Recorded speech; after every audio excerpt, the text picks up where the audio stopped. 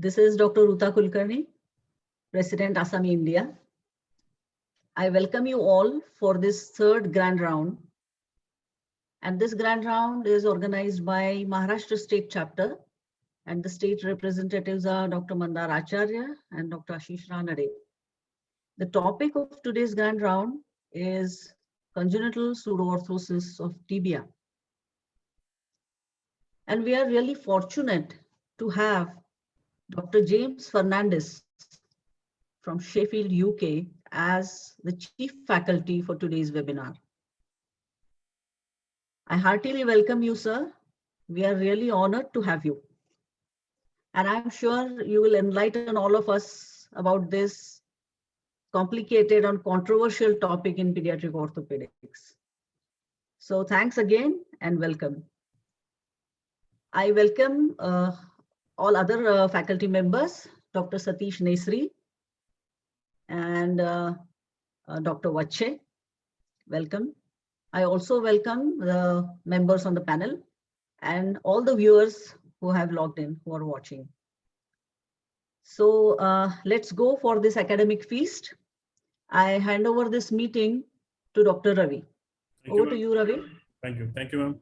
Well, congenital pseudoarthrosis of tibia, as ma'am already told that it's full of complications and full of controversies. It has always been a debatable issue, ranging from its surgical techniques to the incidence of refractures. But irrespective of these controversies and debates, pathology needs to be tackled in the best possible way. And to resolve such issues, we have with us today our keynote speaker, Dr. James Fernandes, whose work in pediatric limb reconstruction is unparalleled. So I welcome sir, and I'm really thankful for him to spare such a valuable time. And I'm also really thankful for other faculty members who have spared their valuable time for today's meeting. So our meeting will be first Dr. James Fernandes lecture and followed by the case presentations by other faculty members. And I'm also thankful for Dr. Shamsul, who is our joint secretary, Dr. Ashok Shyam, who is the editor-in-chief of Ortho-TV, Dr. Manish Prasad, who is our head of IT, and Dr. Neeraj Bijlani, who is the co-editor of Ortho-TV, for providing such a valuable technical support. And I'm also thankful for all the ASAMI members, our executive members and working committee members who are with us for today's evening. Thank you. So without wasting time, I'm handing over to Dr. Mandar Acharya just to initiate the proceedings and for the faculty introduction. Dr. Mandar, hand over to you, please. I'm sharing the screen now.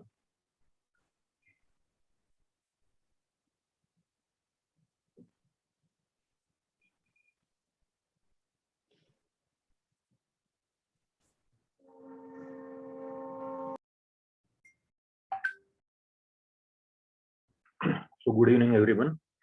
So today's topic of ASAMI India, the grand round is, as you all know, congenital pseudoarthrosis of tibia. And it's an honor to introduce Dr. James Fernandes, who is a consultant pediatric orthopedic surgeon, limb reconstruction at Sheffield Children's Hospital. He initially was trained in India, then at Liverpool and Sheffield Children's Hospital Center of Excellence, as well as he visits to many prestigious institutions abroad. His special interests are limb reconstruction, skeletal dysplasias, developmental dysplasia of hip, and general orthopedics. He frequently lectures at national and international meetings. His involvement in research has led to extensive publications. He has held various important roles in education and training programs.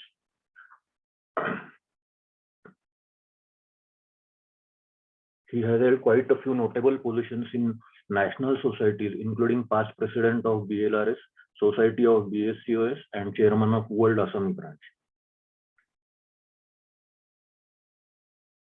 I also welcome Dr. Ruta Kulkarni, president of ASAMI India. She is professor of orthopedics at Postgraduate Institute of Swasthya Pratishthan.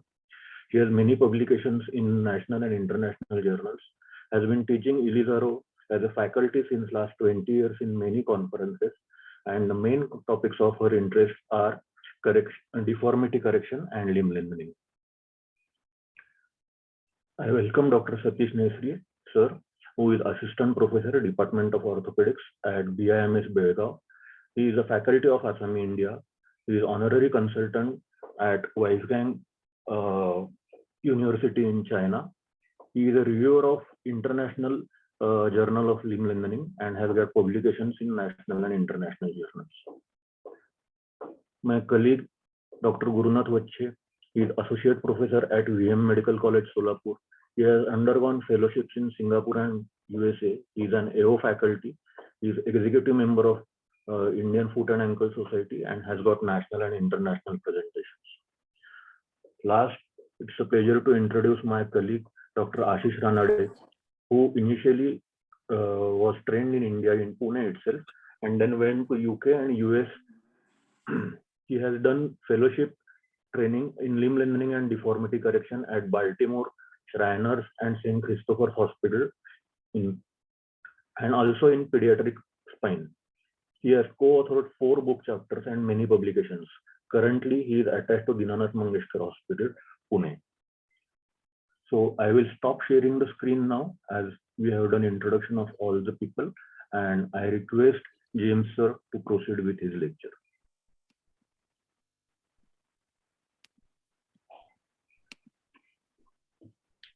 So thank you all, especially to Mandar and Ashish for organizing this, and to Dr. Kulkarni as the president to welcome me as well, and Dr. Ravi Chauhan. And it's always a pleasure to be back on, we can't see each other in person, but at least on Zoom, which probably we are all also getting a bit fatigued since the last year as well. Anyway, so the remit of my talk is sort of, I'll give a little background of the condition, what we are doing currently in Sheffield. And we have done some review of our cases in the past, and we have recently reviewed our own type 4 Crawford cases and some case examples. I'm not going to give you extensive review or literature, but I'll mention a few things as we go. So, though commonly we call it congenital pseudoarthrosis of tibia, but it's a spectrum of disorder. As you know, anterolateral bowing of tibia comes under the same spectrum. So it could be mild, and then as it goes further, it goes to pseudoarthrosis. When it's truly, you got a absolute discontinuity between the tibia, or sometimes between the tibia and the fibula. By being bilateral is extremely rare, and association with neurofibromatosis possibly is in literature somewhere between 50 to 90%, and our own series is somewhere between 60 to 65%. 15% of these are associated with fibrous dysplasia and also the odd amniotic band syndrome. Now, you have to know a bit of neurofibromatosis, because I think the group of patients who have NF probably are more resistant to treatment rather than the classic one, which is not associated with any of the background syndromic condition. And NF, as you know, is hereditary, autosomal dominant. Again, it's a hematomatous disorder of the central nervous system, peripheral, as well as skin and skeleton. Also, we think that it may be rare, but actually it's the most commonest genetic disorder. And as I've been told by my geneticist, that about 1 in 3,000 people actually carry this gene. And 50% of these are all spontaneous mutations.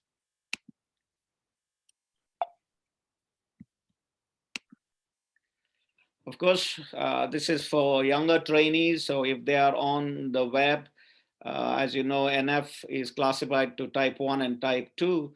And we normally see the type 1 associated with pseudoarthrosis of tibia, otherwise called von Reckling-Hausen's disease.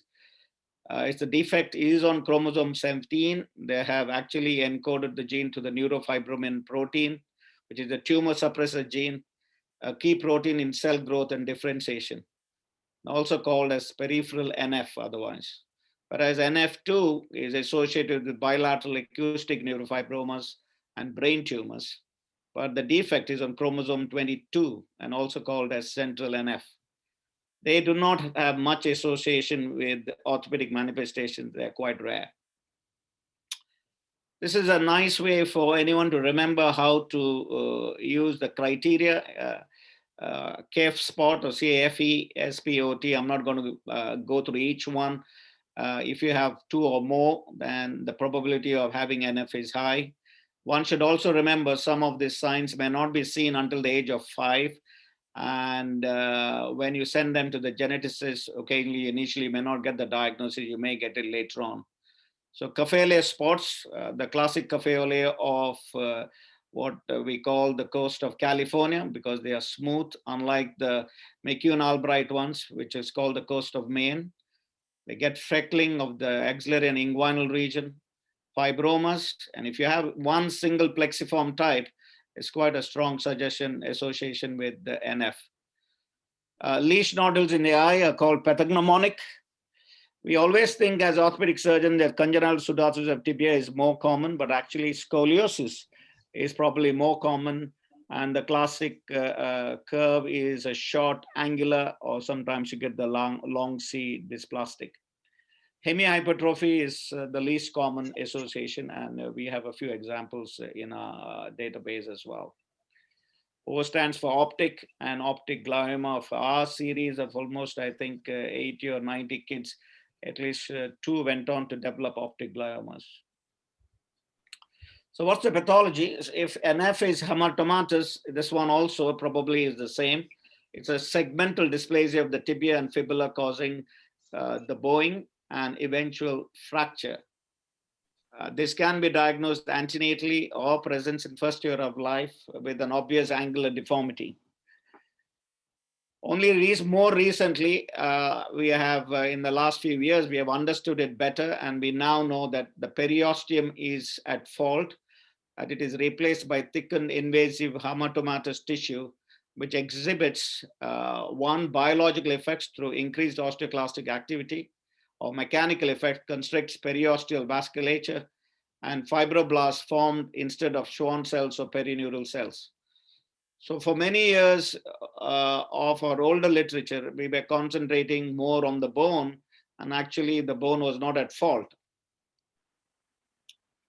So what about the natural history? Is unfavorable generally. Earlier, the fracture leads on to more severe type of dysplasia and more refractory to treatment.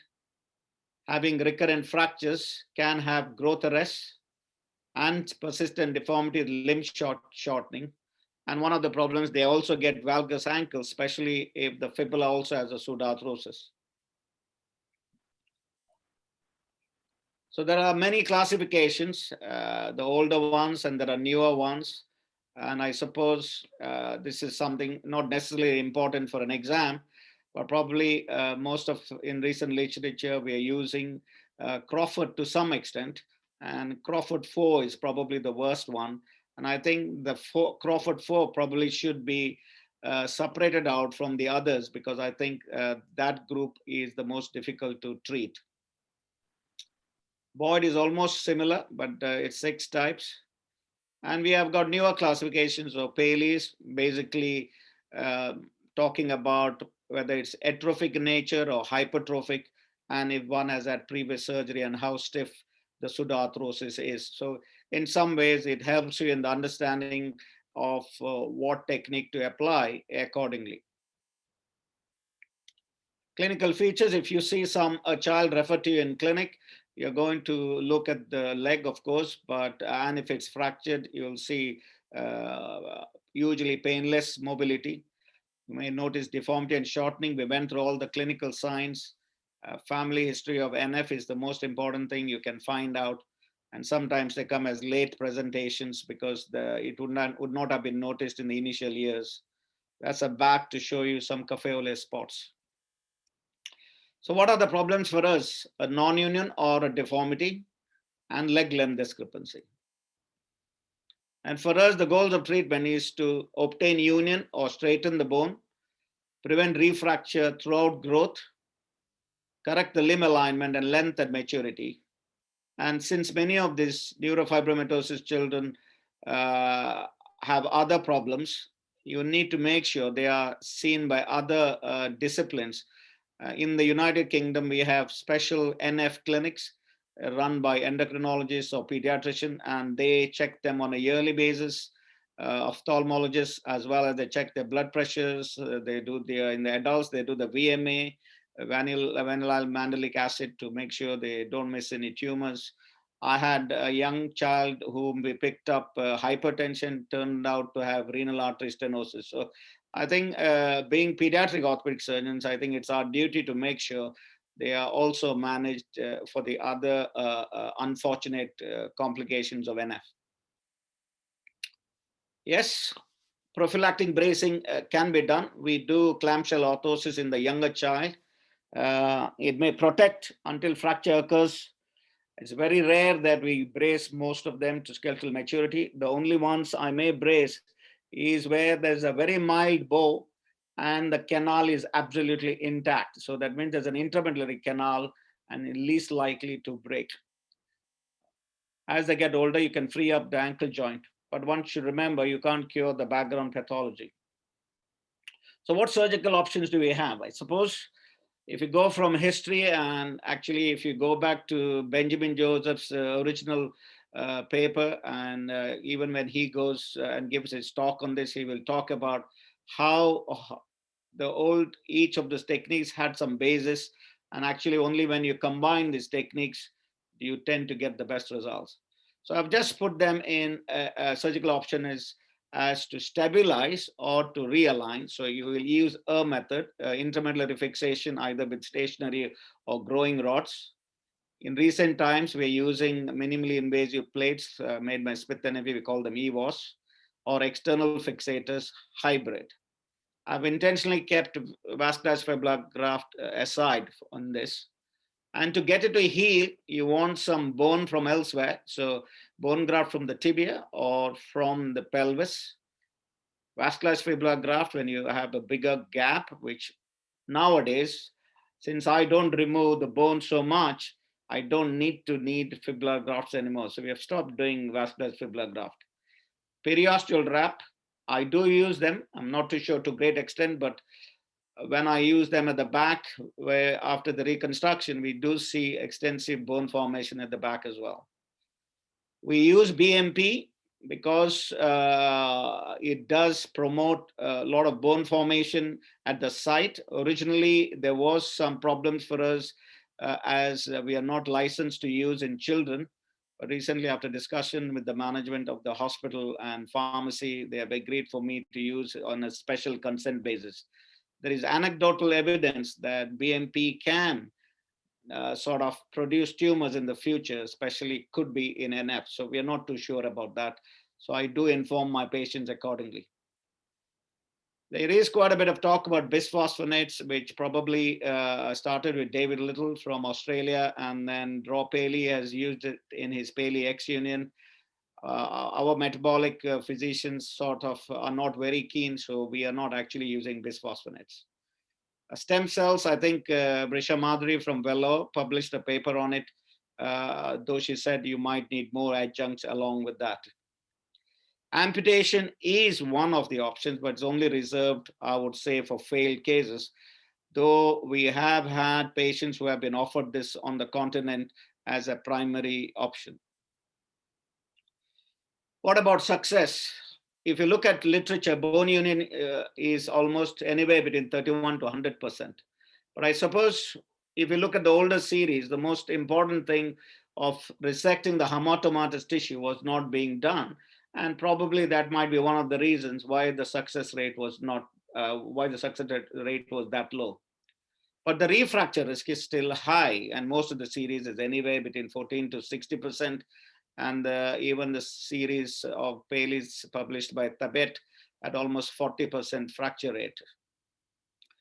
And also because different surgeons use different techniques, it's a little difficult to sort of look at results in a very properly manner or to use meta-analysis, because many other adjuncts are used in the treatment more and more so in recent times.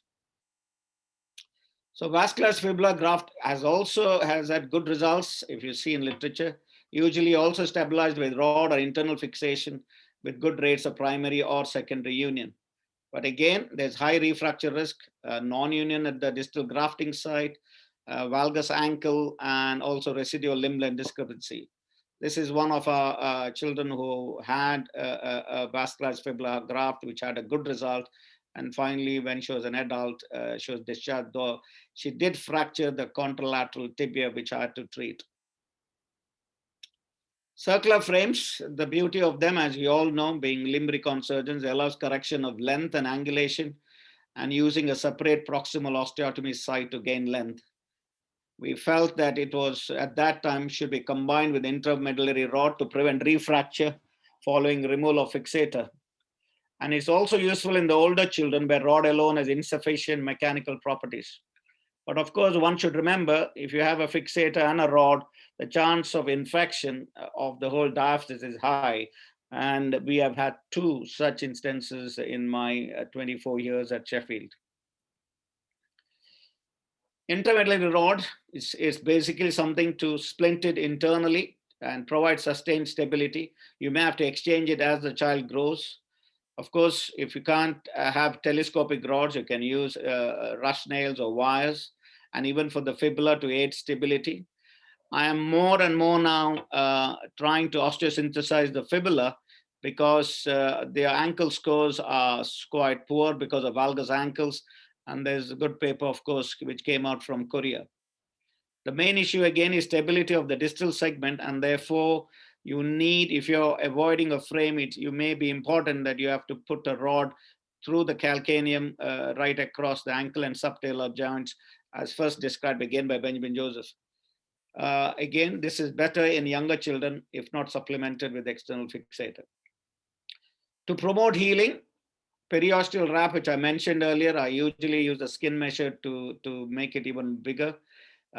We now encourage tibiofibular synostosis. I do it in 2 rounds purely because our anesthetists won't allow us to harvest graft from both sides of the pelvis.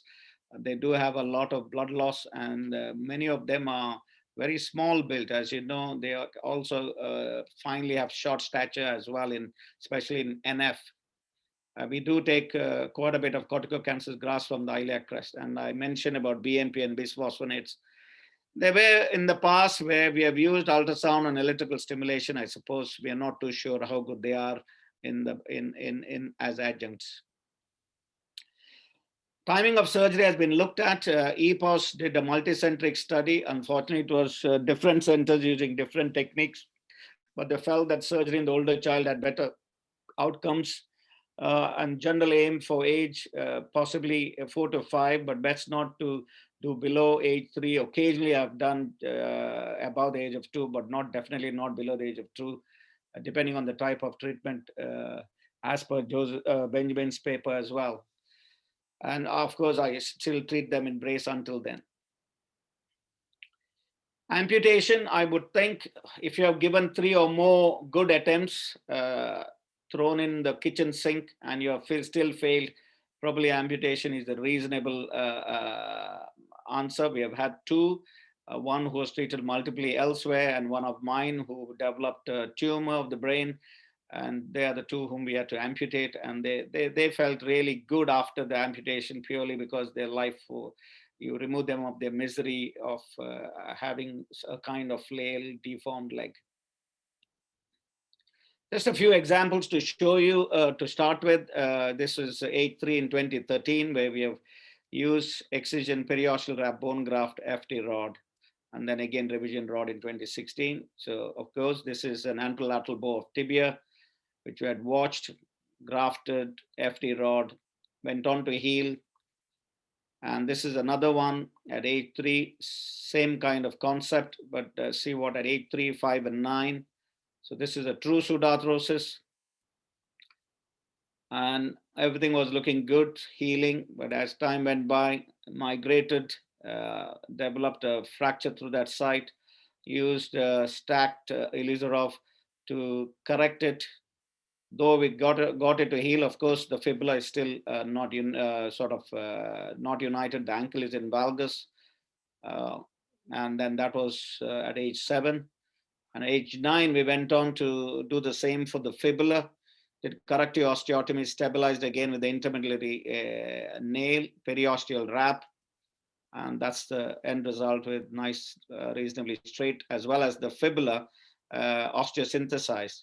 Interestingly, once you osteosynthesize the fibula, I've noticed that the fibula starts to grow and tries to get the ankle mechanics quite normal. So it's very interesting how nature or Wolff's phenomenon and other laws of nature are working while you want to recreate anatomy. So we did an audit of first series in 2014, and we tried to look at internally fixed and externally fixed cases. And we tried to compare results before 99, and I became a locum consultant in 99 and then a permanent in 2000. So we wanted to see how our results were. Though it was retrospective, we looked predominantly at the case notes, radiographs, and questionnaires as well. Unfortunately, our returns for US score and SF36 were very poor. And we also looked at all this number of revision procedures, weight bearing, union, and complications. So we had 51 cases until 2014, which 10 were being treated at that time. 5 were unobtainable case notes, and 7, we didn't have a complete set of radiographs. You can see the age distribution, both for internal fixation, we're all in the younger age group, and circular fixators later age groups. Now remember, some of them will be tertiary referrals who have been treated maybe before. And if you see stabilization 50% with intramedullary rods and external fixation with 50%. And of the external fixators where we used, some had with the rod internal in addition, and we had a free fibular graft in 17% of them. A combination of angular correction and lengthening, as you can see, with when we use the frame, so which is the benefit of the frame. And in terms of results, though you may not be able to see each of those, pre-1999, it took us more number of revisions, and these revisions reduced after 1999. Maybe we started to do things a little bit differently. And the good thing about weight bearing, of course, if you use a circular fixator, we make them weight bear soon after, maybe 2 or 3 days after that. Whereas if you're using internal fixation, we'll be putting them in casts, and it could be anywhere between 12 weeks to 16 weeks before they actually bear weight. You can see the union of the pseudoarthrosis only. This is a bit earlier than internal fixation. And similarly, when excluding callotosis, the same kind of results. And we looked at and compared this pre-99 and post-99, and there was definitely some improvement in both these findings. We looked at also valgus ankles. As you can see, quite a few, 16% had valgus ankles with internal fixation, of course, less with external fixation, but of course, we couldn't analyze the reason. Probably we kept the alignment much more straight. One more thing, when we use intermediate rods, I'm seeing more and more valgus deformity developing at the proximal tibia, and very recently we've been adding guided growth at the top to realign them. So if you look at refractures also, both have had refractures, internal and external, as you can see. And pre-1999 and post-1999, also similarly around, possibly less after post-1999. But if you look at infections, we have had our fair share. And I think, as you know, of course, it will be external fixators who probably will have a higher chance, and especially when we have a rod inside. And then we had to go and do rescue surgery for these when they get infected, and it is quite more difficult. And one of them had to rescue by doing a masculate type of technique to the interosseous membrane and getting them to unite, cross union between the fibula to the tibia. And I've got another one, which I'll show you an example later on, which is just coming down the corner. So we had amputations before 1999, and we didn't have till about 2018. And like I said, I've done 2, one from elsewhere who had multiple operations, and one of mine who had a tumor who finally decided to have the leg removed. So from this little audit which we did, overall, our rates of union, reoperation, and amputation were similar to other studies. And there were significant benefits of frame use regarding number of operations, rate of weight bearing, and union and amputation. So there was some distinct improvement in our outcomes from 99 onwards. Of course, the study was retrospective, unequal comparison between the two groups, and poor response to functional questionnaires. I think that's most important. We looked at our further series in 2018, and we thought we'll look only at Crawford type 4 this time. And we excluded all the others, and we looked at union rate, time to union, residual deformities, and refracture. And we had totally 23 who reached skeletally mature patients, out of which 60% had NF, 3 had vascular fibula graft, 7 X-fixes, and more number with rodding, of course, with the combination of excision of hamartoma and all the other adjunctive stuff. So overall union rate again is 70%, time to union around 7 to 8 months, refracture rate 30%, as you can see. Whereas with the vascular fibula graft, 3 of them, rough age was 6 years, time to union 7. Source of fibula 2 was contralateral, 1 was ipsilateral, and the union rate only 2 out of 3, and residual malalignment in 2, which needed further correction. This is just one of the examples for the vascular fibula graft. Of the 7 external fixation, again, they were average age of 6.1, union rate 6 out of 7, which was 85%, and time to union 8 months. And you should see, still, you may have to bone graft further. So average number of surgeries were still 3 overall for this whole Crawford type 4. But they didn't have any malalignment at skeletal maturity. If you look at the rodding group, only 61% non-union, and time to union was 8 months. And those days, we never used to go to the ankle, so 2 out of 13. Residual malalignment was 53% and refracture rate of 53%. Another example, this is the old Sheffield rod, which we don't use in the tibia anymore, and it was further revised later on, but of course this one is an example which went on to heal. So if we look at the groups and we compared our series to the series from Manipal, by Hitesha and Benjamin Joseph, and more recently they published the big multicentric study where they had 119 patients. Of course, if you look at the refracture rate, 42% in that multi-centered group, we have about 30% here, as you can see. And these are all only Crawford type 4s, as you can see. Now, we do have a lesser union rate, but certain things which we are not using are also other adjuncts are not included. Very interestingly, in this paper of 2018, they felt that the BMP did not make much of a difference, which possibly we don't feel it. We think BMP has made a big difference in healing of our pseudoarthrosis. So the present patients whom I'm treating with Crawford type 4, average age, as you can see, 3.8 years, union rate is 80%, so we are creeping up. They're not skeletally mature and no residual deformities as such, apart from valgus, which we are treating with guided growth at the top end. So we compared this series as well, and that 2008 by Tebet is the paper from Drop Paley's unit. They had a refracture of 50% at that time. So subsequently, Paley has published about his Paley X union, saying he's got no refractures, but of course, they are still young and they have not reached skeletal maturity.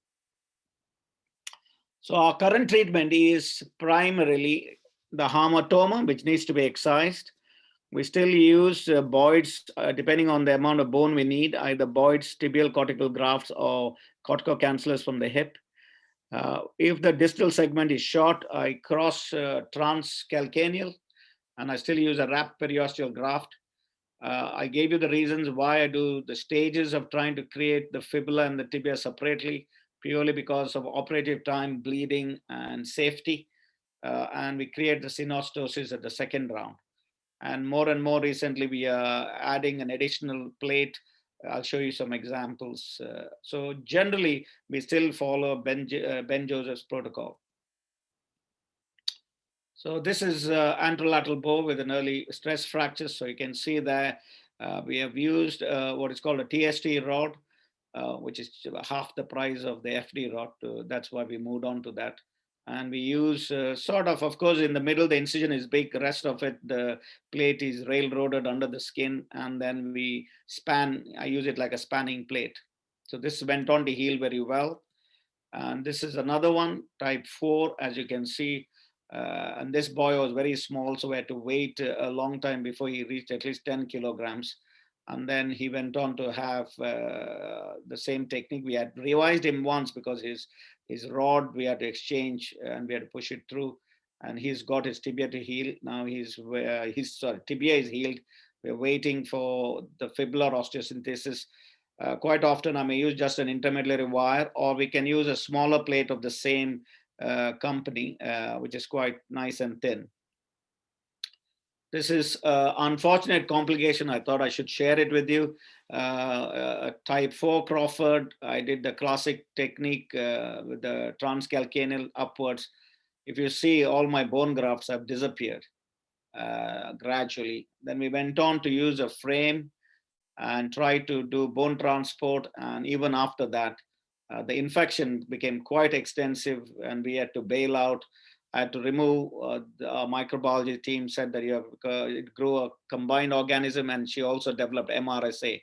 So we had to completely bail out, remove everything apart from the wire, which I had to leave just in case, just to keep stability. And now all the parameters of infection are normal. And now I'm going to go back and do a staged masculate through the intraosseous membrane, just like the one I did in the past. Unfortunately, I couldn't get those pictures for you because it's an older patient. I couldn't get them from my from a PAC system. More recently, as you know, this nice paper has been published by Mark T. Dahl, who came in JBJS. I always thought about using guided growth, but I wondered whether it'll correct a diaphyseal deformity to that great extent. But it'll be good for you all, whoever is keen. When you see anterolateral bow of tibia, probably you could think of giving a lesser choice of using a 8-plate or guided growth in the oblique plane. As you can see, there's pictures in the oblique plane. This is the first one we have done after the parents agreed to it, after I showed them the paper. I think this is something we will be pursuing more and more for the anterolateral bow of tibia. So to conclude, it's still a challenging disorder, and though evolving treatment has improved results, though Paley says he's got 100% results, I'm not too sure why rest of us are not getting the same. There are many questions regarding the management of pseudoarthrosis, but they are all getting answered. I think the time has come to have an international registry. Tony Cooper from Vancouver is pushing ahead with that. I'll be part of it. And Hitesh Shah is also. And I think if you all want to be a part of this registry, do get in touch with myself or even Hitesh or Tony Cooper in Vancouver. And like I mentioned, I think for the anterolateral bow, guided growth may be a good option. At least 7 to 8 out of 10 will have reasonable results. Thank you.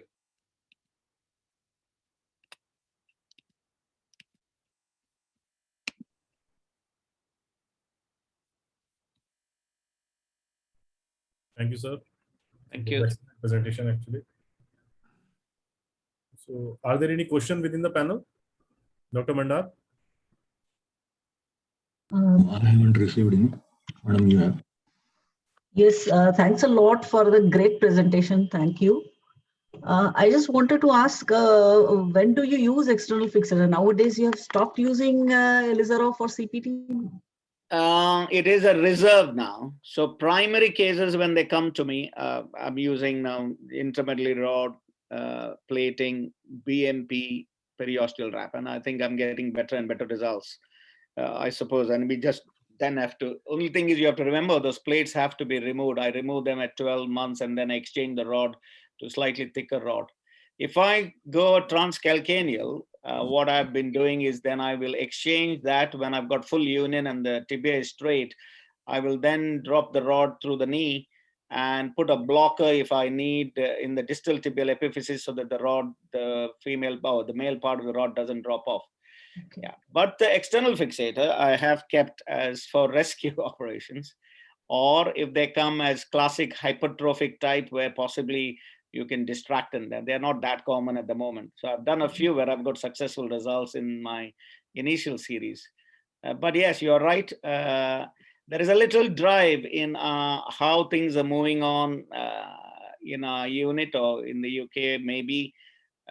There's a slight drive to move away wherever we can with external fixation to some extent. I'm sure patients in India also may not prefer the external fixator if you give them internal fixation choices, I That's true. suppose. Yeah. That's true. I have a question, if I may. It was Yeah. a great talk. You mentioned about using Mascale technique. Could you Yeah. tell us a little bit more So about it's that? a modify. It's not a classic mascale. So basically, let's say the tibia got infected, and then quite a bit of the area will have to be resected. And then if you have to try to get more bone, most of the time we might have taken bone grafts from the hip already. So what I have done is we do a first stage through, depending on what incisions we've used before, I lay a complete thin sort of antibiotic loaded cement inside that, above the intraosseous membrane, right across from the top to the bottom, preparing the fibula already. And so that when I come back in 6 weeks, that part will have enough of new membrane. And that's the time I use bone graft from the posterior part of the pelvis, because you get good cancellous bone. Use BMP and then lay the whole thing. So basically it produces a sheet of bone connecting the proximal tibia to the fibula and the distal tibia to the fibula. So that's what I've been, so the one was very successful. I think we did 2. This is another third one, which is coming up. And then I'm doing one for an unusual infection in osteogenesis of the tibia, where the tibia is disappearing. So that's like an unusual type of mascale, I call it. Yeah. Thank you. James sir, thanks for the nice presentation. Actually, I'm having one question that in the younger children, just 2.5 to 3 years, and if they come with a fracture, with a severe deformity, so is there any tips and tricks for acute correction? You don't get neurovascular issues? Neurovascular issues, you mean? While doing acute correction for the nailing and... No, generally not. But yes, quite often, I'm not saying I previously I used to resect more bone, whichever was dense. Now I don't take that amount of bone. What I do is, even if it's dense, I recreate the canal and then prepare with multiple drill holes on the cortical surfaces by cooling it. And then I think, because we also add a rod inside and then put BMP and cancellous bone, the healing is much better. So my amount of resection of bone has become less and less. So even if you resect, you can shorten a little bit, then there's no big problem with the neurovascular structure. So I don't actually bother that amount to keep the length. You can shorten a bit, and then you can avoid even contralateral Boyd's grafts as well, the tibial grafts. That's what Benjamin Joseph published in his onlay type of technique, which also I've done a few times, and they're quite good as well. But I use them only when I need to fill a gap. Yeah. Thanks, sir. I have a question. Okay. I have a question. Ravi? Yeah, Dr. Satish, please go ahead. James, sir, very nice presentation. You covered almost all the aspects from beginning to end, and the recent methods also. I would like to ask you a question regarding what is your protocol for lengthening? When do you lengthen? And what is the age, or when do you recommend lengthening? Lengthening in general, or specifically for this cohort? For CPTs. For CPTs. Oh, yeah. So basically, the main initial treatment is mainly for union. So that's the critical thing. So once we have got union, then we only look at what the final height of the child is, whether we can use contralateral epiphysiodesis as part of the technique to equalize them, and the odd one, possibly where the length difference is going to be significant, then yes, we will use an external fixator to lengthen, depending on what the final LLD is predicted. So I don't have a clear-cut, what to say, an age for that, unlike, say, let's say congenital short femur or PFFD. But these are based on what the final prediction is, or what complications we have seen. Only then will I consider lengthening at the right time. Is there any cutoff point or anything like that, like 5 centimeters, 6 centimeters, anything? Yeah, like so that? I use a combination of both final height and 5 centimeters or more. So those two things. So anyone, if the parents and child feel that they are eventually going to be short. Now, NF children won't be tall. So you have to really talk to them and ask. Now, NF also are prone to more complications with their treatment when you go a second time or a third time. So we do counsel them a lot, and they also well versed. They check on literature and everything nowadays, and then decide. But yes, we have lengthened more than 5 centimeters. Less than 5 probably I'll err on the side of contralateral epiphysiodesis unless they're going to be really short. And if you plan for lengthening, what is the rate and rhythm you? So I think first is the site. So if you're going to go to the proximal metaphysis, where most of these pseudoarthroses are not affected, then I think the rate and this one can be dictated by whatever, depending on age and depending on what type of technique you've used, because we all use the Ilizarov corticotomy. I may do anywhere between 5 to 7 days. So that will be the thing. But there are some pseudoarthrosis of tibia where when you see lesions right going to the proximal tibia, they are the ones you have to be careful. So the ones where we did resection and vascularized fibular graft, they were the ones, the one which failed was exactly at the top end also, it did not heal because there were lesions right at the top as well. So I think you have to look at, and I think that kind of condition may not be the NF type, it's got something more than NF, like a fibrous dysplasia kind of pathology extending top to bottom. Yeah. Yes. Thanks a lot, sir. Do you aim for cross union between tibia and fibula at the fracture site? Not at the first time, purely because you need a lot of graft. I don't know whether you came to Brisbane. Dror and Mark Dahl had a big argument because he was talking about taking cancellous bone from both the iliac bones. Yeah. And I think one child of his had 4 units of blood loss, which possibly is 4 times the child's volume. My God. And so we are not that, we try to be very safe. And I also look at the weight of the child. At least they have to reach more than 10 kg or minimum, even for sort of to make sure that I'm not very aggressive. I don't mind coming back and do a second go for the fibula. And that's the time I will deal second round, the fibula osteosynthesis, and then try to create the synostosis at that point. Now, interestingly, there are 1 or 2 without attempting synostosis. There was one example, went on to synostos. So I'm sure BMP also goes around and then does some wonderful things. Yeah. Sir, James sir, there is one question from the audience. How do you fix when there is a small distal tibia? Yeah, so that's the reason why then you have to change your plan for the rod to be transcalcaneal. So it has to be a retrograde rod, which should have some kind of threads to purchase in the calcaneum.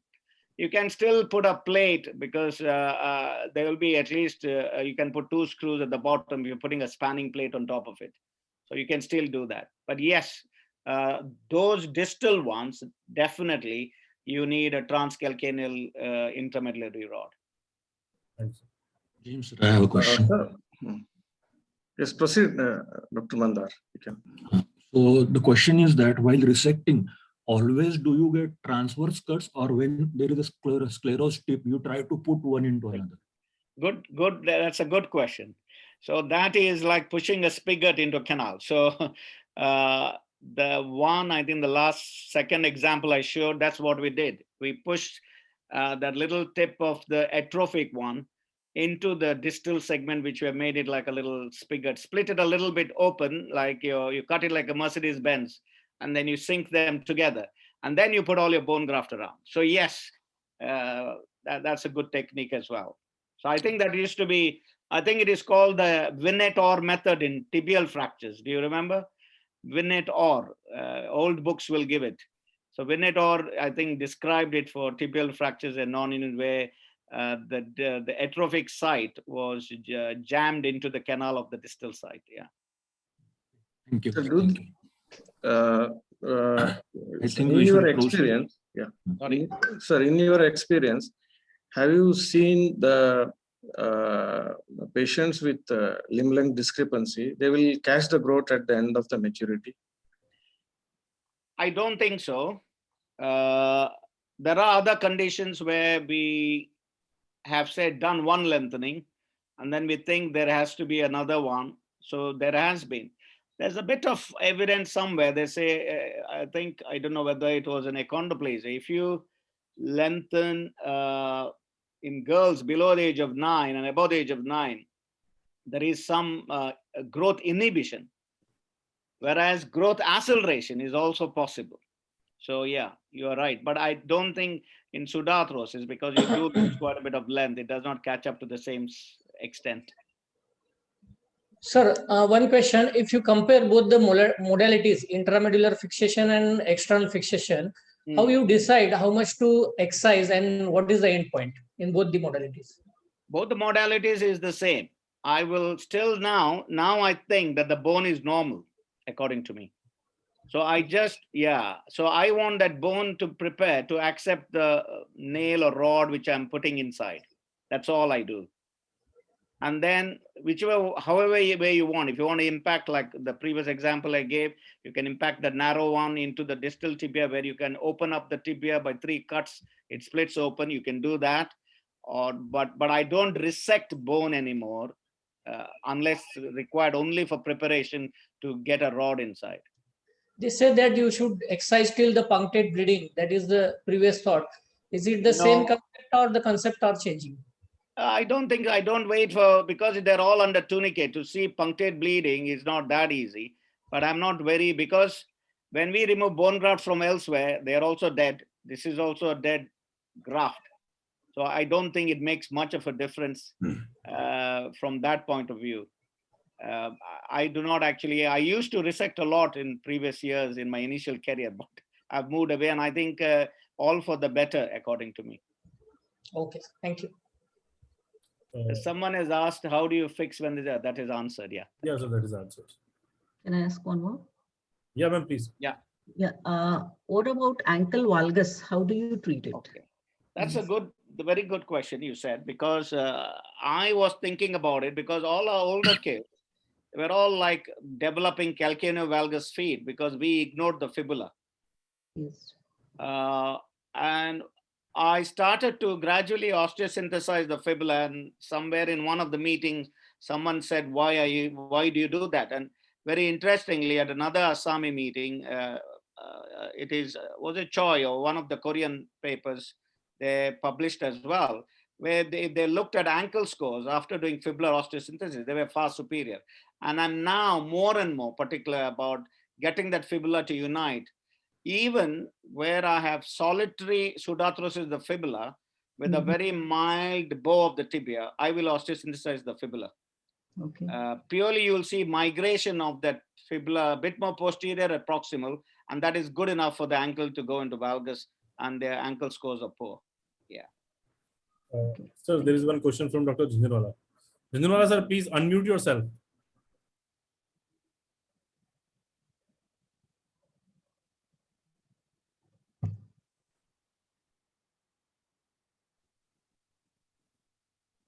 Yeah, please go ahead, sir. Yeah, you are audible. Yeah.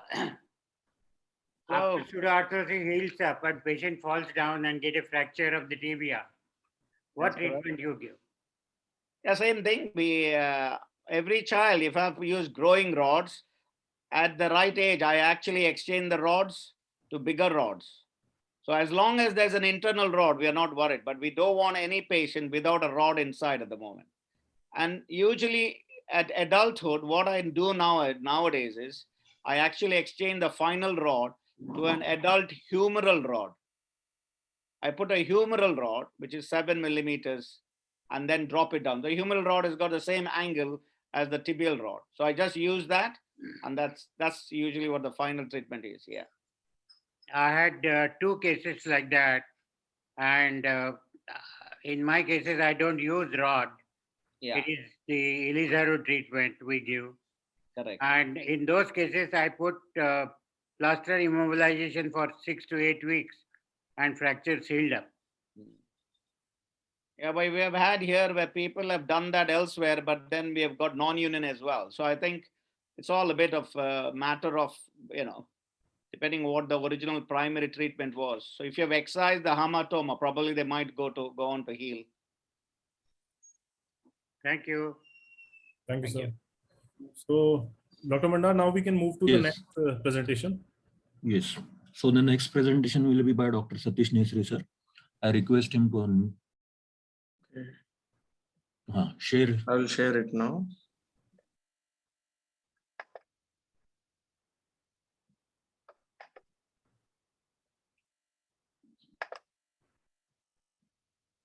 Good evening, everybody. I thank our President, Dr. Ruta Kulkarni Madam, for giving me opportunity to present my experience in our civil hospital, Belgium. So I am from Belgium.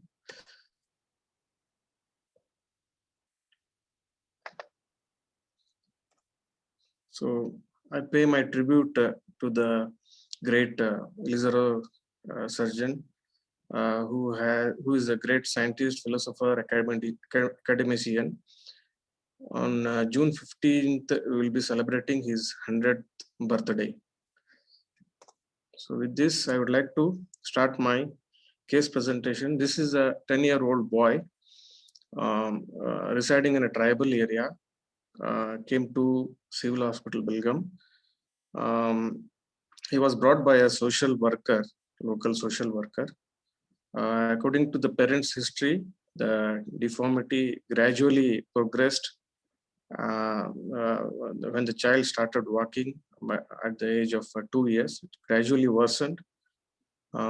So initially, the parents used to take him to the school. Then gradually, he started walking with the help of support like crutches or a chair. So this is the X-ray. Sorry for the poor AP view. This is a pure Crawford type 4 CPT with pseudoarthrosis of tibia as well as fibula at the middle third, lower third junction. So I proceeded with excision of the hamartoma and excision of the bone with IM rod inside. And I harvested iliac periosteal graft and cancellous bone from the iliac bone, and also did the excision of fibula pseudoarthrosis.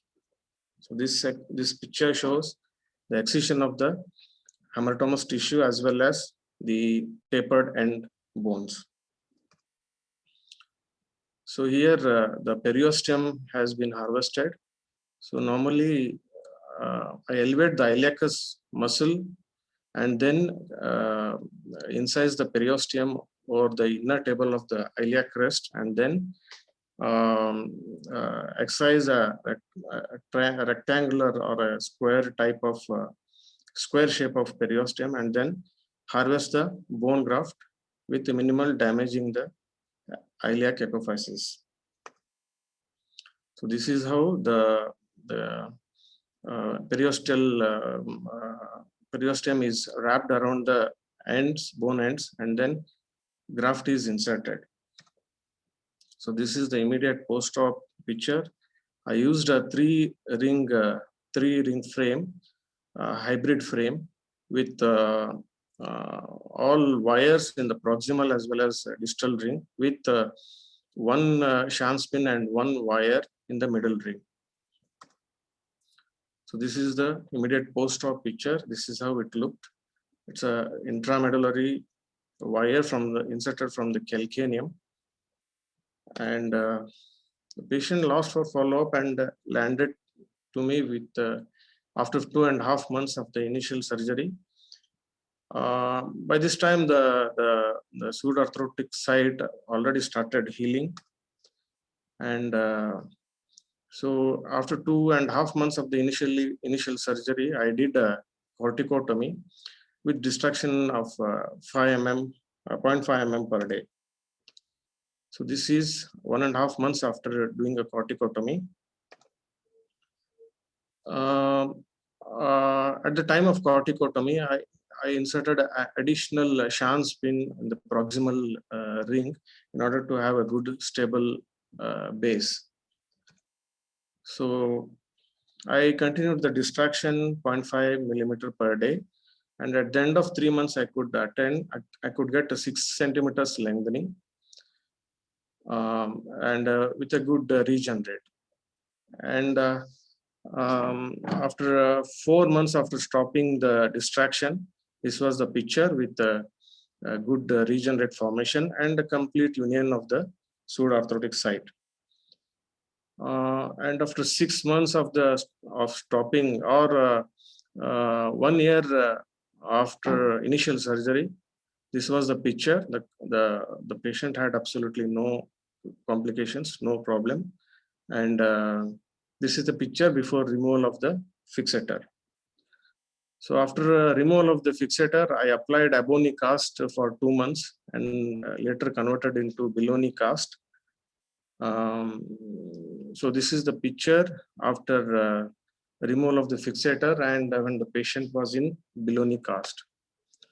So this is the video of the patient walking. This is during the distraction phase. And this is during the consolidation phase, patient walking comfortably. This is the patient walking with the Bijlani cast. And this is the recent picture, that is 2 years after the initial surgery. Patient is going to school and he is independently walking. So these are the clinical pictures. He is going to the school, and the limb length discrepancy also has been mentioned, maintained.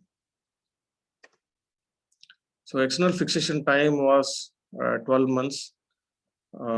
So it took 6 centimeters for 6 centimeters lengthening. It took 3 months and additional 6 months for consolidation phase. So the pseudoarthrosis healed within 3 months, and the patient was comfortable throughout the procedure. Thank you.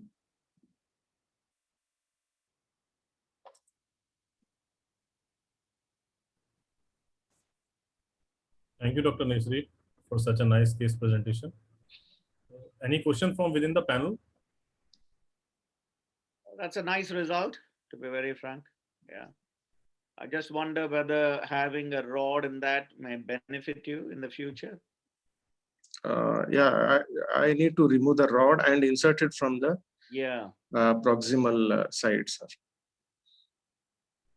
Well, that's a good result. Yeah, but I think because the refracture rate, if you look at all the series, when you don't have something inside, probably maybe having an internal splint comes in handy. Yeah. Yeah. Junjunwala sir, you were having a question. Yeah.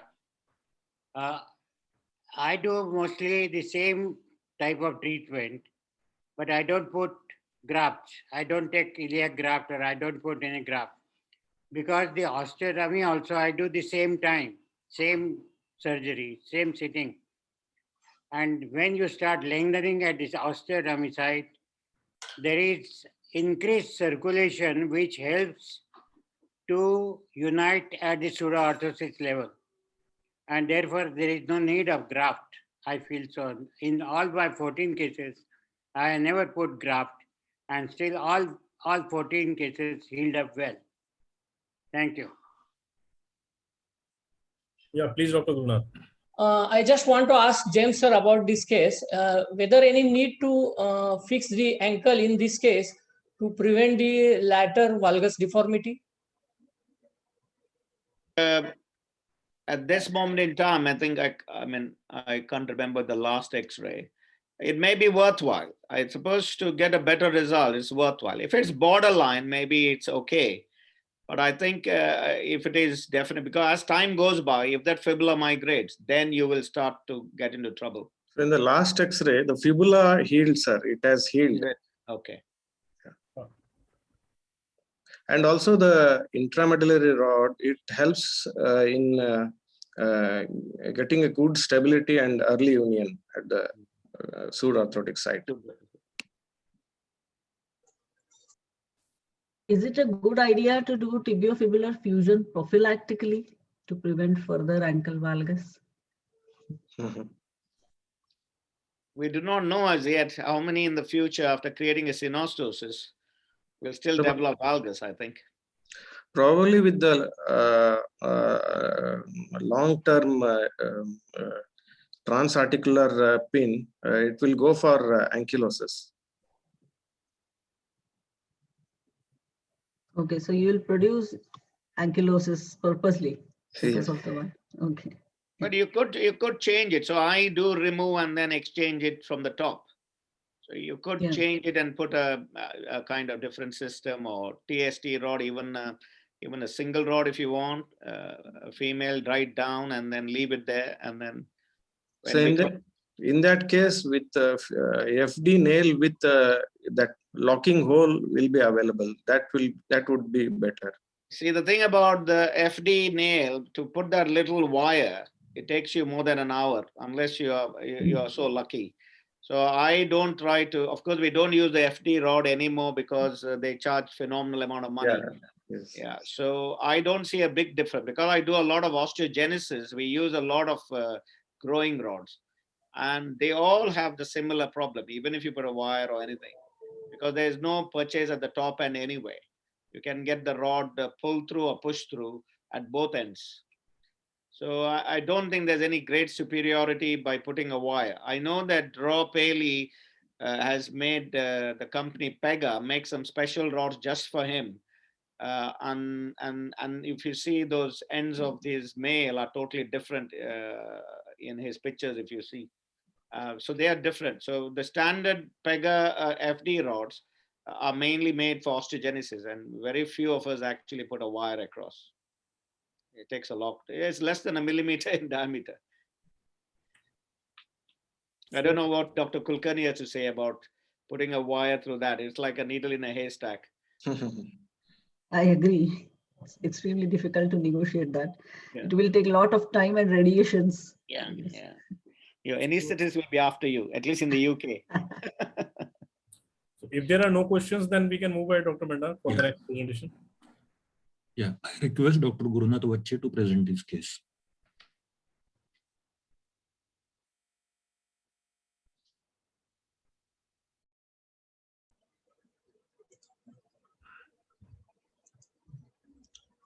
Good evening. Myself, Dr. Gurunath Wachche, Associate Professor Orthopedics, Dr. VM Government Medical College, Solapur. I just want to share one interesting case of congenital pseudoarthrosis tibia, which was treated in 2001 with the Ilizarov external fixator, ring fixator with the proximal corticotomy. So the 7-year boy presented to me with the severe congenital pseudoarthrosis tibia. As we all know, this is the most challenging and controversial topic in pediatric orthopedics. So the patient presented with severe anterolateral bowing deformity at the junction of middle and distal third of the tibia, and he was walking with a difficulty, but he was with short limb gait. There was no any significant obstetric history. His milestones were developed at appropriate for his age, except walking. The associated problems were he was having short limb gait and severe anterolateral bowing deformity of the leg. His ankle was in the valgus, and interestingly, the foot was very small size. My aim was to achieve and maintain union simultaneously, providing the functional extremity. So you can see the preoperative clinical photograph. So much of the severe deformity. With such a deformity also, the patient was walking with somewhat short-limbed gait. This is the preoperative X-ray, which confirms the severity of the condition, and you can appreciate that there is almost 90-degree anterolateral bowing deformity with pseudoarthrosis of the tibia and the fibula. So my planning was longitudinal incision, lazy S-shaped incision, excision of the CPT segment as far as possible, then acute docking, considering the neurovascular status with temporary intramedullary long K-wire to prevent the translation or any deformity on the site, and then application of the pre-assembled Ilizarov fixator and with the proximal corticotomy with the same seating. The intraoperative findings were the CPT site was very stiff at the fibula and the tibia. There was a very little mobility, and there was complete blockage of the medullary canal, and the neurovascular status was normal even after acute docking. The total surgical time was 5.5 hours. The tourniquet was released in between. It was done in the spinal anesthesia. This is the immediate post-op X-ray. You can see the excised CPT site with Ilizarov fixator in situ. This is the proximal corticotomy site, and here I have used the olive wire to maintain the translation. These are the follow-up X-rays. You can see the CPT site is in reduction position, and the regeneration is progressive. You can appreciate the regeneration in AP and lateral. These are the clinical photographs under treatment. This is the photographs with distraction in situ. You can appreciate the formation of the cortex in AP and lateral position. But here I found that there was little bit procurvatum deformity at the proximal fragment, because the proximal site fragment was very small, and probably with so much of distraction that was going in the procurvatum deformity, but I felt that it should be kept like that. These are the follow-up distraction X-rays in progress. You can see the slight union at the CPT site has already started.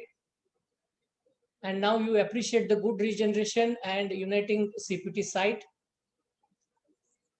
These are the almost final X-rays before the fixator removal. The almost 4 cortices are well developed, and the CPT site is also in uniting position. So this is the final X-ray after the union at the CPT site. And these are the X-rays just before the fixator removal. See the regeneration quality and the united CPT site. So my post-op protocol was distraction started after 4 to 7 days, daily 1 mm distraction. Total regeneration was almost 6 to 7 centimeter. The fixator time was 1 year and 4 months. And post-fixator removal, I have given the protective caliper for almost 2 years. So physiotherapy, post-op physiotherapy and pin tract care is also very important. You can see patient doing physiotherapy with fixator, Ilizarov fixator with the foot frame. The knee movements are almost full and the ankle in normal position. So this is the X-ray after the post-fixator removal X-ray. United the CPT site, good regeneration, and with there is slight procurvatum deformity at the proximal corticotomy site. These are the 1.5 years follow post-op X-rays. Good formation of the cortex in AP and lateral position. These are the 2 years follow-up X-rays. You can appreciate the regeneration. There is no fracture till 2 years. So these are the clinical photographs.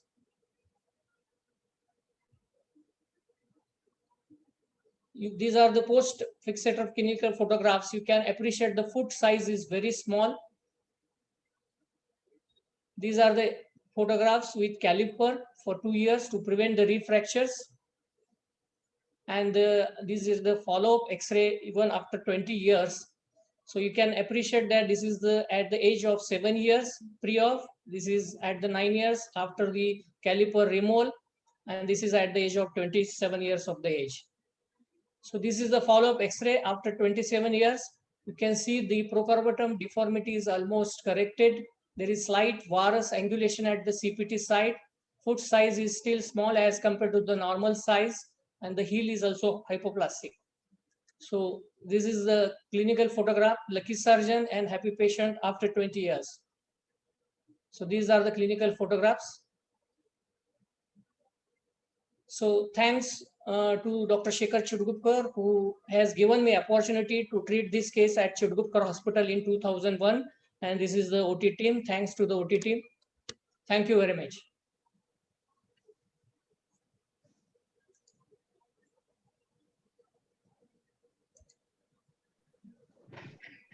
was really a nice case with excellent results and such a long and good follow-up.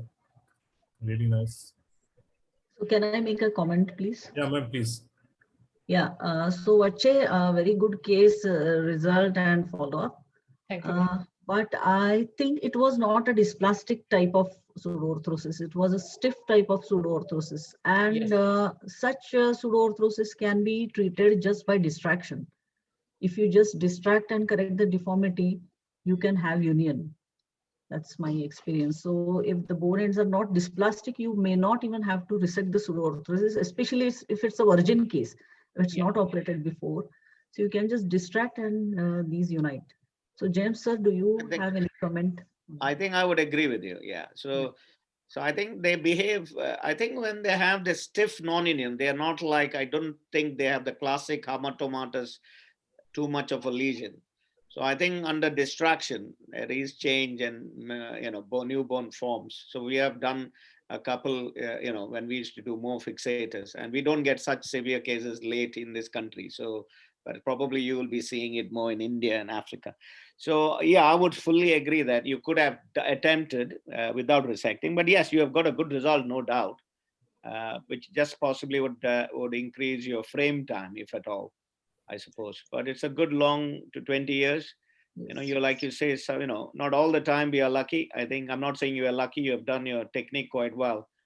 The only other thing, that's the little tip to prevent proximal procovatum deformity. So tibial lengthening, when you start doing anything more than 4 centimeters, usually will get valgus procovatum deformity. So one of the things in Kurgan many years ago, what they do is they call it the andromedial open ring. So your first ring, I'm sure many of you know that. So if you set your ring not parallel, but it is more open medial, and you set your 4 rods or 3 rods, you set them in an oblique plane of an anteromedial hinge at that ring. So at the end of your treatment, it's called preempting the deformity. So you know the deformity is going to come because you're going to go for 6 centimeters of length. So at the end of your lengthening, you do asymmetric distraction. It actually does an oblique plane correction at the same time. So just a little practical tip if you want to use for future cases. Though the child has done well into adulthood. Yeah. Yes, sir. Thank you. Thank you. So I request Ruta madam to present her case. Okay, I'll share my screen.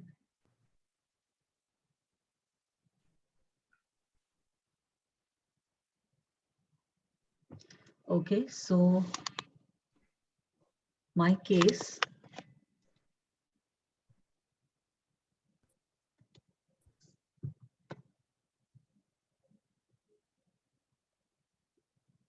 Sorry for that.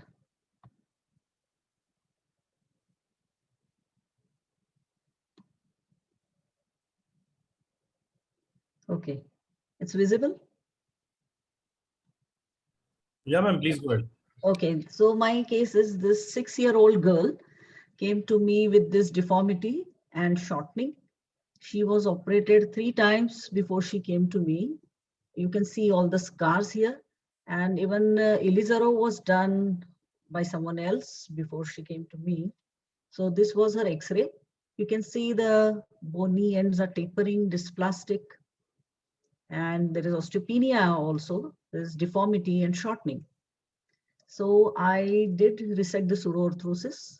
I resected the hamartomatous periosteum, which is the most important step, both in tibia and fibula.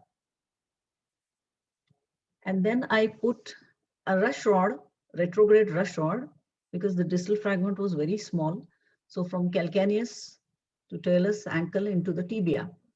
And then I put 4-ring frame, the foot ring, the distal fragment has 1 ring and the proximal fragment has 2 rings.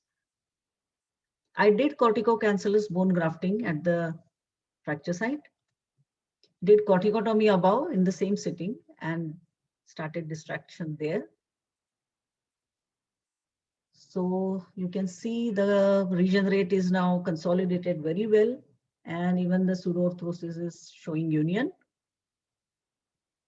So almost after 9 or 10 months, I got good union. And then I casted her for 3 months and put her in brace after 3 months. And she walked on the brace and the rod broke because it was a thin rod. So I removed the distal part of the rod. This is her 4-year follow-up. The remnant of the rod is now a souvenir, lifelong souvenir for her. But she was doing quite fine. You can see there is no limb-length discrepancy and there was no deformity. And this is her 10-year follow-up X-ray. So she has just 1 centimeter of limb-length discrepancy, but full function and absolutely no refracture. She didn't use brace for a long time after that, but the rod was acting as a splint inside probably. So she did quite well. This is a similar case. This boy was also operated twice before he came to me. And there is, you can see the scars. So I did the same thing. I followed exactly all the steps, but you can see this time I put a thicker rod here. And you can see corticotomy and regeneration, and even the CPT is uniting. I put a rod in fibula this time. And this is after removal of fixator. He is in cast for 3 months and then brace. He was walking in the brace, but after 1 year, I removed the retrograde rod and put an antegrade rod. This is again a square nail. And this is his 9-year follow-up X-ray. So he was actually lost to follow-up and he came very late, only after 9 years. He is doing quite well, but the ankle has gone in valgus. There is proximal, the distal tibia has procurvatum and valgus deformity. So I offered him a supramalleolar dome osteotomy to correct his deformity, but he blatantly refused any surgery. He was quite happy with the result. Thank you.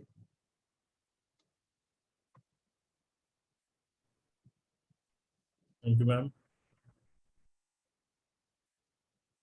Yeah, I think that's nice result. I think having an intramedullary rod does help, and I think the fibula is very important. I think we have been ignoring for a long time. I think overall you got a very good result there for both your cases. Thank you. But I think another problem we have in the Western world is because many of them want to go back to sport. Oh. See, so when they want to do sport and everything, the chance of refracture rate is high. So having something inside does help us. Because even if they do something and they fracture, at least it just breaks and you can treat it even non-operatively for some time. I don't know how much of our patients' children in India eventually do, if they have to break or fall, they have to fall from, if they're not doing sport, that has to be something significant, isn't it? But yes, we would advocate them not to go in sports, actually. We won't take that risk. We can't say that here. They will ask first is, can I go and kick the football? Especially for, even girls, yeah. I have a question, sir. Yeah. James, sir, in Ruta Madam case, if suppose the patient agreed for an osteotomy, corrective osteotomy, how do we deal? Should we plan the same way as we plan for CPT, like bone grafting, osteotomy, bone grafting, and then? I would think so, because the original pseudoarthrosis was very low. Though we excised the obvious hamartoma, I wonder whether some of the pathology is still there behind, even more distal than what we think. Only problem with all these, which we also had in our original series, is they do have like a calcaneal valgus compensation with the distal tibial valgus procurvatum at the distal tibia as well. So you may have to be careful how you think when you do your dome, because your foot will now, from a compensated position, may go to a decompensated position. So it's a little, I would say, a middle path somewhere to make sure that the foot is still plantigrade and has got still some movement in the subtalar joint to compensate. If the subtalar joint is also lost some movement or becomes stiff, then it becomes a bit more difficult. So you may have to compromise on the way you set it. But yes, it's still a risk in that area where possibly, chance of healing is still not the greatest. And if they're associated with the NF, I think I would, I would be even more cautious. Yeah. Yeah, this particular boy didn't have NF basically, and he was skeletally mature. He was almost 16, 17 years old. Yeah. And I was planning to do a supramular osteotomy very near to the ankle, very low supramular osteotomy, including fibula, and turn that ankle. His subtalar joint was supple. Okay. So, but anyway, probably I was saved because he refused. He refused. So, sometimes I also say, listen to the patient as well. There is one question from Dr. Vigneshwaran that about the tibiofibular cross union. Basically, he's asking just to reduce the refracture rate. So, James sir, what's your take on how often you go for tibiofibular cross unions? And Dr. Satish also, do you keep in mind about the tibiofibular cross union during your management, because in your case presentation, your case was not having that. So do you keep in mind that? I asked him this question before to James. Yeah. So cross union, the only reason I don't go in the first go is it takes a lot of time. You need a lot of graft. And if you want real good graft, you have to take it from both sides of the pelvis. Yes. The bleeding is a lot. The time of surgery extends quite a bit.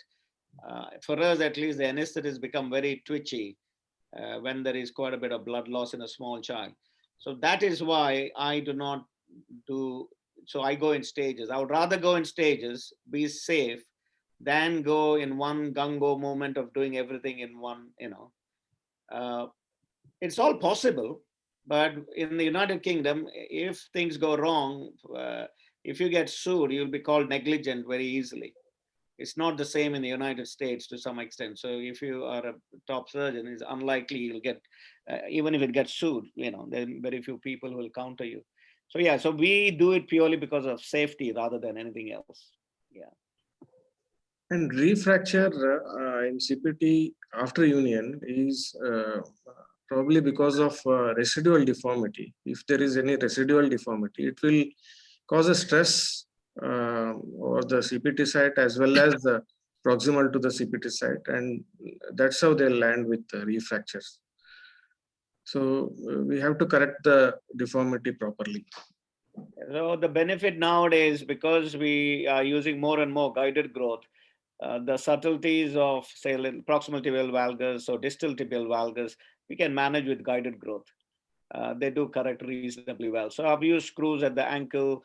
I've used sometimes O plates or 8 plates. I see now with using that plate on the medial side, I am getting overgrowth on the proximal medial tibia. So I have to add another 8 plate at the top as well. So, but these are simple procedures and you can keep maintaining alignment and have something inside. You're absolutely right. Anything bent is prone to break. You're absolutely right. And sir, for tibiofibular synostosis, you said you prefer to stage the procedure just to avoid the bleeding and all that. So is there any time interval after the union of tibia CPT that you prefer to go for second stage? Is there a time interval between that or such? The time interval is not kind of definite time, but union and canalization of the tibia is important. You need a canal, nice canal scene, and then I will time it. We also have a little other timing things in the UK. We don't operate on important years of schooling. So I don't operate when they just join school or nursery. I'll do them after they go into year 1 because they have to settle in the school. We organize a lot of things so that they get support in school as well. So lots of things, though textbook and people say, you do it like even draw will say is PFFD, you'll do it 2 years, 4 years, 7 years, or no, we don't go according to that. Because it's not someone's legs, or it's all about the family and the society you live in. So it's the same for you all.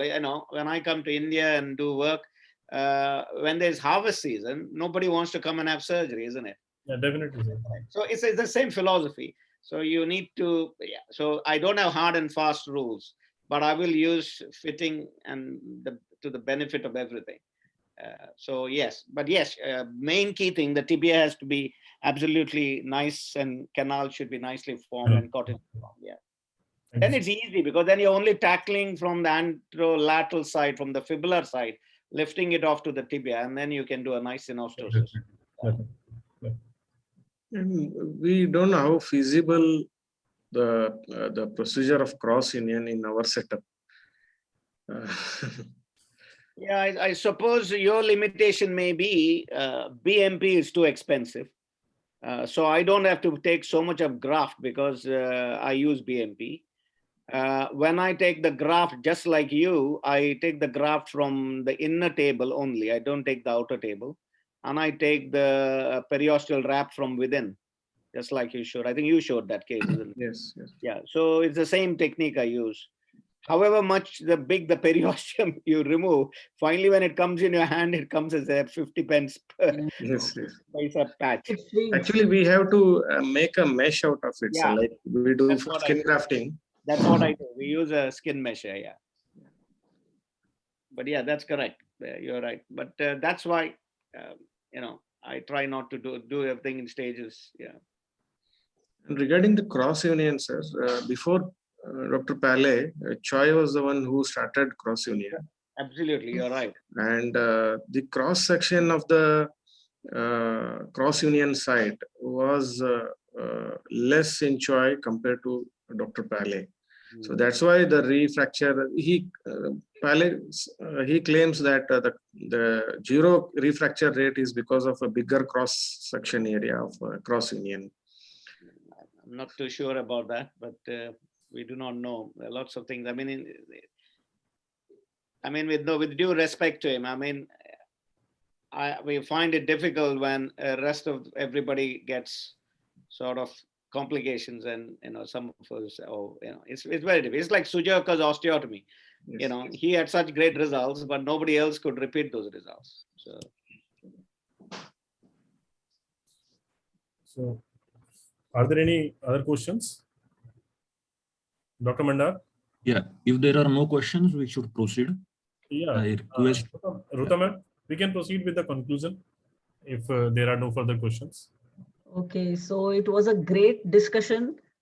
Thank you very much, James sir, for joining in and giving us the overview of Mandar is raising his hand. Yeah. Ashish has to present the case. Oh, I'm so sorry. Ravi asked me to conclude. Yeah, that was about your case presentation. And Ashish can then present. Oh, I'm so sorry. Yeah.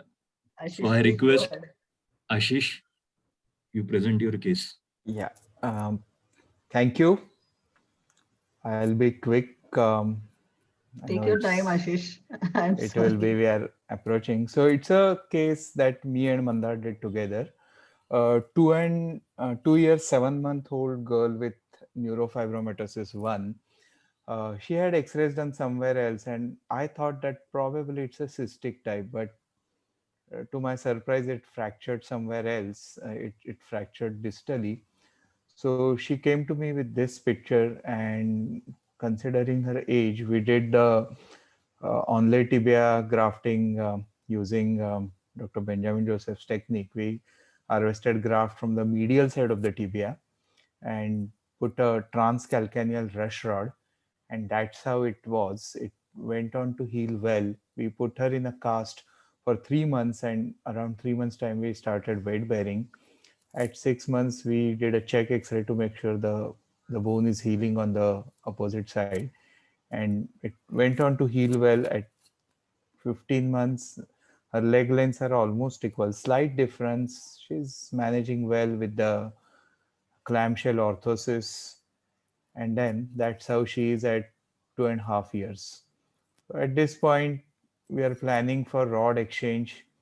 We'll continue with the clamshell orthosis, but now listening to Mr. Fernandes' talk, I'm wondering whether I should add a synostosis across this site. Thank you.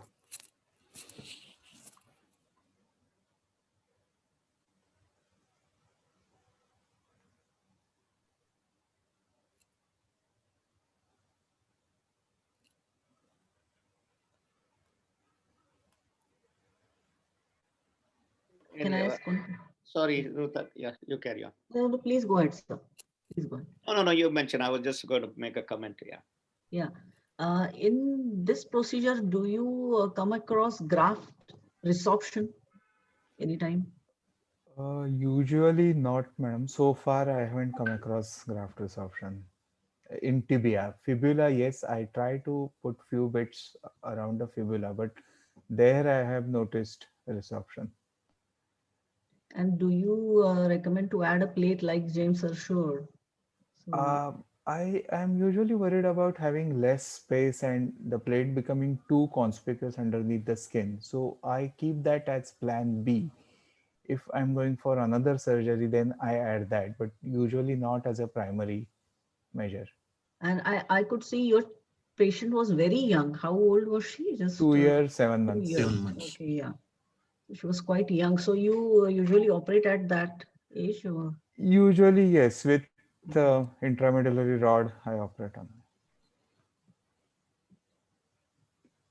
Yeah, Yes, sir. I think you can. I mean, though we say from the EPOS and maybe even Benjamin Joseph says in his paper, but I think anyone more than 2 and provided they are reached a reasonable weight, I think they are reasonable to go ahead and have surgery, I suppose. I don't see a problem. The plate, Ashish, is a very low profile plate. Mhm. And it actually, you can't even feel it quite often with to the subcutaneous plane. And so the very low profile and the screws are locked into the plate, so they don't stick out. So these are very Smith and Nephew plates which have come. They're quite nice. They've got all kinds of sizes from 2 millimeter, 2.4 and 2.7.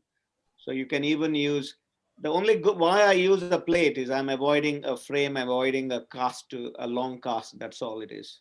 So it's actually rotational stability in addition to everything else. Yeah. Okay. Dr. Ashish, Yeah. Yes, please, sir. from where do you harvest that tibia graft? So it's Which from border? the medial side of the tibia. Usually I go 3-4 centimeters below the proximal physis, and typically around 6 or 8 centimeters long strip, 6 or 8 centimeters long and about 2 centimeters wide. Is it from the anteromedial surface of the tibia? More on the medial. I try not to get the apex of the shin. Okay. Have you any time used fibula? No, I haven't used fibula. Did you use zoledronic acid preoperatively? No, I am not using zoledronic acid. Nice case, sir. Thank you. Also, when I have done the tibial contralateral graft, you can also get valgus again on that side. So just remember to keep an eye on the other leg.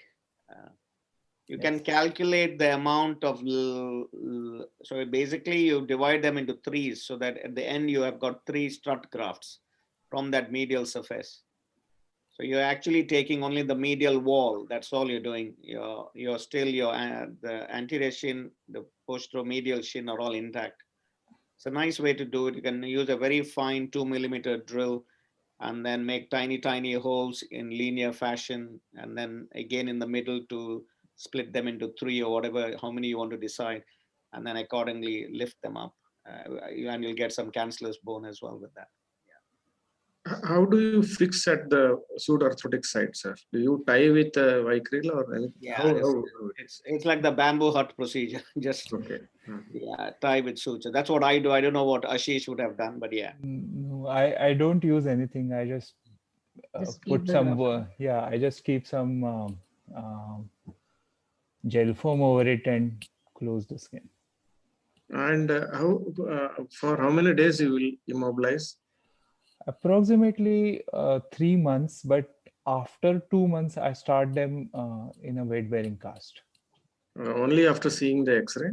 After seeing the X-ray, yes. Ashish, when are you planning to change the rod from retrograde to?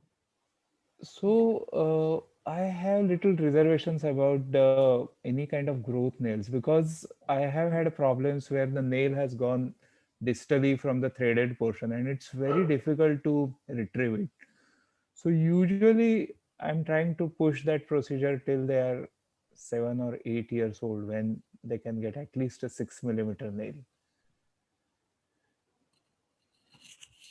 And do you add cancellous bone graft also? No, sir, I don't use cancellous bone graft, any additional. Whatever bone comes with that cortical strip, I use that.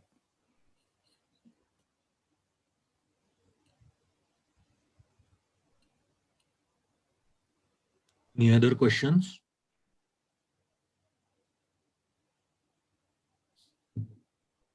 So I request Ruta madam to give her concluding remarks.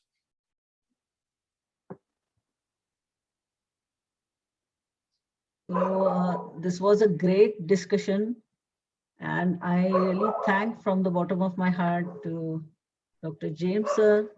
He spared his valuable time. I also thank all the faculty for giving their very valuable inputs, Dr. Nesari, Dr. Wachche, Dr. Ashish, Dr. Mandar. So thank you very much. Ravi, do you want to add any conclusion? Nothing like that. Okay. It was a nice evening. Yeah. Thank So you. great job. Well done, Dr. Mandar and Dr. Ashish. Yeah, well done. Thank you very much. Thank